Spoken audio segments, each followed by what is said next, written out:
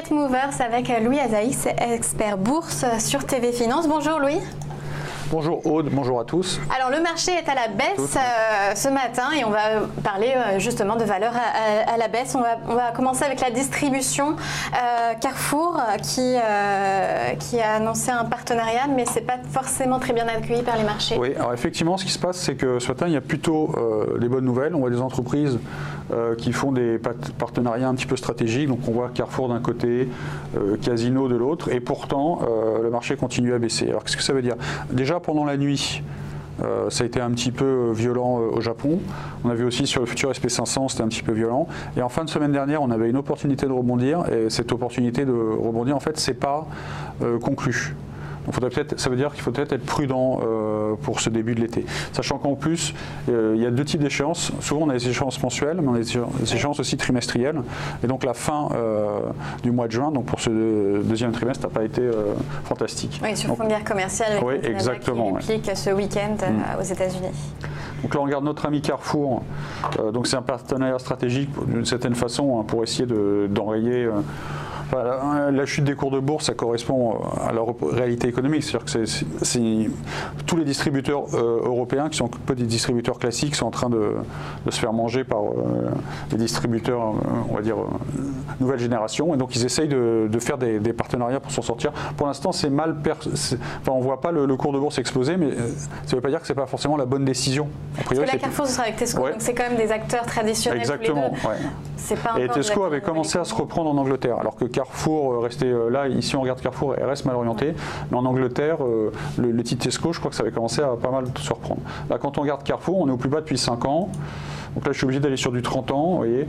Donc on risque de retomber ici carrément. Vers les plus bas de l'année 2012, donc la zone des 11-13. Donc on n'y est pas encore, mais on voit bien en tout cas c'est cette dynamique. Ici en fait, dans les années 2014, on a fait une tentative de rebond.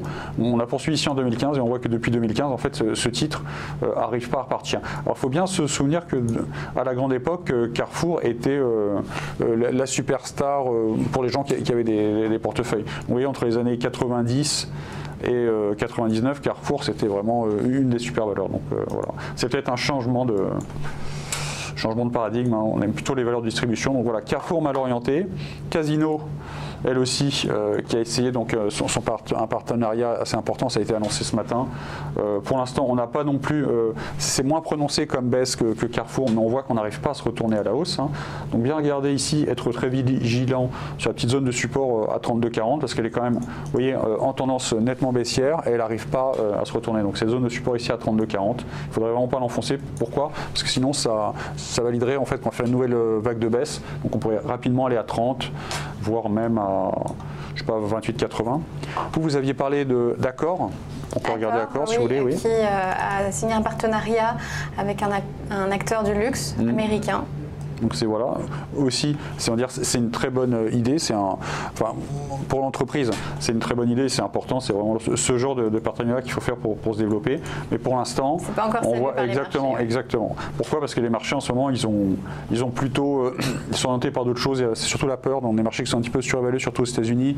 On a un président américain qui change tout le temps d'avis. En fait, les investisseurs n'aiment pas ces changements permanents.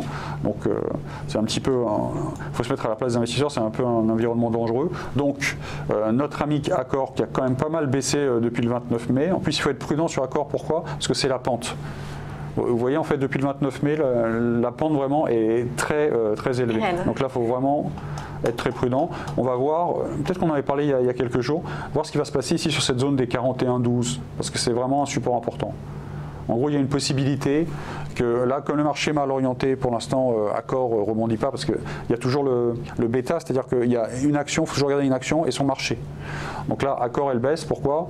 Parce que le marché est mal orienté. Mais si ça se trouve, par rapport à Accor, elle n'est pas forcément baissière. Donc bien regarder ici. Je pense qu'elle est plutôt entraînée par le marché que par elle-même. C'est ça que je veux dire en fait. Là, c'est le marché qui entraîne. Le fond du secteur touristique est plutôt en bonne forme. Exactement. Je pense que Carrefour et Casino, elles sont plutôt entraînées par elles-mêmes, ou le fait que leur secteur n'est pas porteur, alors que Accor, l'air plutôt, même si elle n'a pas une rentabilité super élevée, elle est quand même dans un bon secteur. Et ils essayent ils s'en sortent un petit peu mieux. Mais c'est juste que là, eux, je pense qu'ils sont entraînés par le marché, donc il y a cette zone de support ici à 41,18. Et du côté des industries, oui. On voulait parler de Safran. D'accord, tout de suite. On va regarder un petit peu. Alors Safran,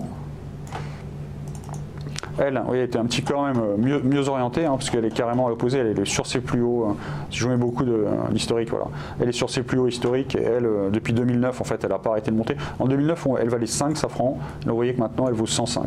Donc elle a peut-être un petit peu, c'est un bon investissement, c'est peut-être un petit peu trop monté, mais on voit que, malgré tout, les investisseurs reviennent sur le titre, enfin, continuent à venir, même si la hausse a été très importante. Donc ce qui s'est passé la semaine dernière, là, elle était entraînée par le marché, donc elle a baissé, mais on voit qu'elle est vraiment dans une dynamique très forte. Elle était entraînée par le marché, donc elle a un petit peu baissé. On a créé un support ici sur la zone des 96-90, qui d'ailleurs correspondait à un niveau qui avait déjà soutenu le marché vers le 15 mai.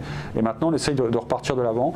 Et on voit que, bizarrement, la bonne nouvelle a été annoncée aujourd'hui, mais on avait déjà monté...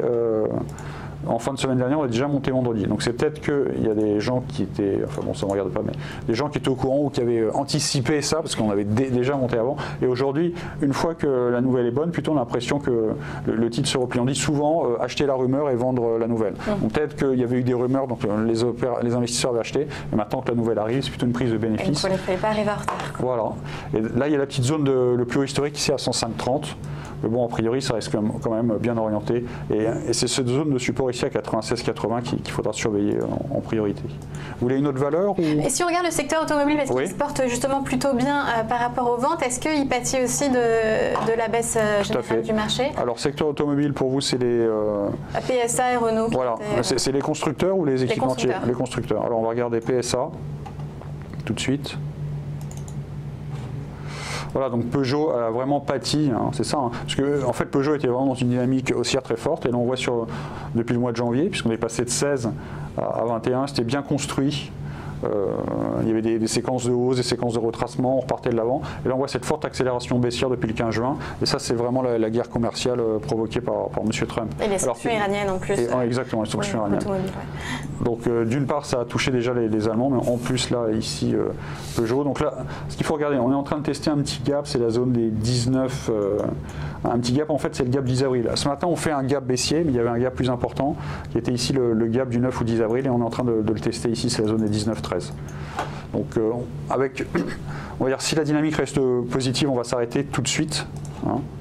Maintenant, si on casse, on va faire quelque chose de beaucoup plus marqué. On pourrait baisser ici jusqu'à 17,60, voire même 16,90. Donc, si on a fait Peugeot, on peut faire Renault, si vous voulez.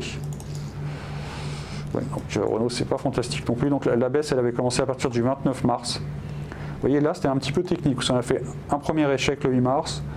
Enfin, on est revenu le 29 mars, 3 avril de tester, et après le 9 mars, on a encore échoué. Donc ça, on peut appeler ça un triple top, un triple sommet. Vous voyez que le marché s'est retourné à la baisse maintenant. Donc on vient tester, un peu comme sur Peugeot, on est proche de supports importants. Ici, c'est les supports du 20 septembre, c'est pratiquement plus d'un an, du 20 septembre 2017, la zone des 70-90. Donc ce matin, les valeurs font grisouille. Oui, merci beaucoup, Louis. Peut-être que Peugeot et Renault sont proches de support. Merci à vous. Bonne journée. On se retrouve tout de suite.